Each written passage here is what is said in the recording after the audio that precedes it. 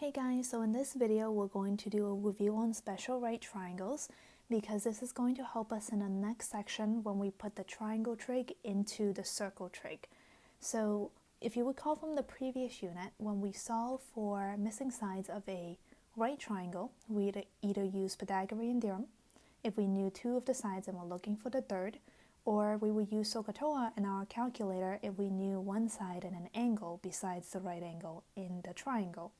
Now, what makes these two special right triangles special, the 30, 60, 90 and a 45, 45, 90, is that there's relationships between the sides in these two special right triangles that allow us to find the length of their missing sides without having to use SOHCAHTOA or our calculator. So the special pattern is given to you on the SATs, and the diagram on the right is actually taken right from the SATs, from the reference section. So they give you the pattern. You don't have to memorize it, but you do have to know how to use it. Let's start with the 45, 45, 90. You know that it's a right isosceles triangle, meaning that the length of these two legs are the same. And the hypotenuse, according to this pattern, is always going to be whatever the leg is times the square root of 2. So this is the boss. If you know the length of the leg, then the hypotenuse is just the leg times the square root of 2. This is our reference. And so if we look at the example on the bottom, if I have the length of the leg as, let's say, 5, then I know this leg also has to be 5. And the hypotenuse is always going to be leg times the square root of 2. So 5 radical 2 is the length of the hypotenuse.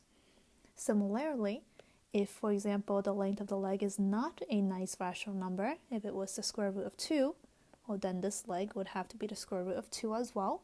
And the hypotenuse would be the leg, which is radical 2, times another radical 2, which gives me the square root of 4, which is just 2. Okay, so very easy to find the hypotenuse once you know the length of a leg. It's a little trickier if they give you the reverse. Let's say in here they give you that the length of the leg is 8. The length of the hypotenuse, is 8. And they're asking you to find the length of the legs. I'll call it x.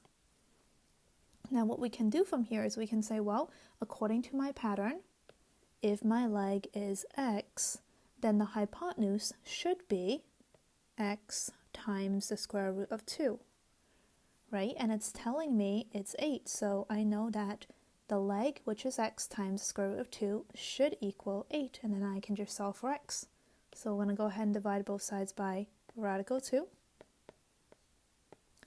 And x equals 8 over radical 2. And we just have to rationalize our denominator because we don't want a radical in the denominator.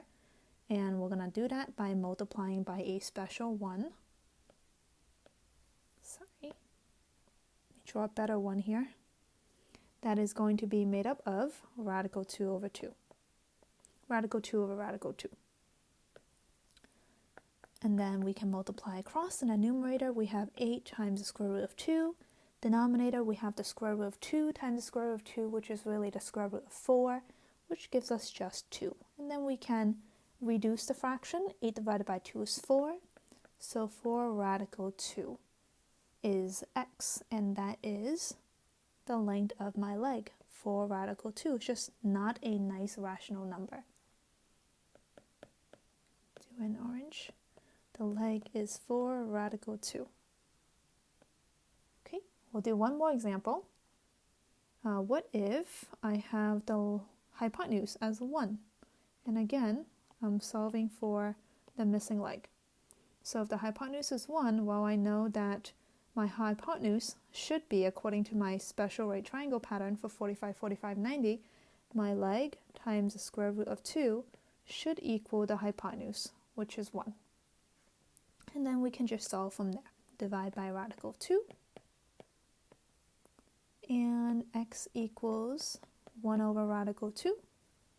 Rationalize my denominator by multiplying by the special 1, which is going to be made up of radical 2 over radical 2. And then in the numerator, I have the square root of 2. Denominator, I just have 2, and I can't reduce this any further. So this is my answer for the length of the leg. So we've got radical 2 over 2, radical 2 over 2, and the length of the leg and the length of the hypotenuse is 1 in this special right triangle. Now for the 30, 60, 90 triangle, our reference is going to be the length of the shortest side, which we're going to call x. This is going to be our reference because if we know what the length of the shortest side is, everything else is based off of this.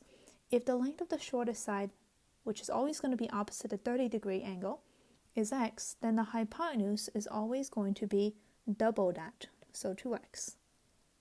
And the length of the longer leg is going to be x, which is the short leg, times the square root of 3. So that's the relationship. Whatever the short leg is, the hypotenuse is double it, and the long leg is the short leg times the square root of 3. So again, for example, if the short leg is 5, then the hypotenuse is 10, and the long leg is going to be 5 times the square root of 3. And similarly, if we say that the hypotenuse is, let's say, 8, then using that, well, I know the short leg is half of the hypotenuse, so the short leg is 4. And then the long leg would be 4 times the square root of 3. Okay, one last one. What if the hypotenuse was 1? Well, then the short leg is got to be half of that, so 1/2. And then the long leg is going to be 1/2 times the square root of 3, which is radical 3 over 3. Radical 3 over 2. So 1/2 times the square root of 3. Radical 3 over 2. Okay? And again, a little trickier if, for example, you're given, here's a harder example, I just made this one up. If you're given the length of the long leg as, let's say, a nice irrational number like 6, okay, and then you have to find the other two sides. Let's start with the short leg because I know that's what everything is based off of. So if I can figure out what the short leg is, x, then the hypotenuse will just be double whatever x is, right? And then according to my pattern, I know that x times the square root of 3 should equal the long leg, which in this case is 6, and then we just solve. So I'm going to divide both sides by radical 3, and x is equal to 6 over radical 3. We're going to multiply by a special one, radical 3 over radical 3, to rationalize our denominator.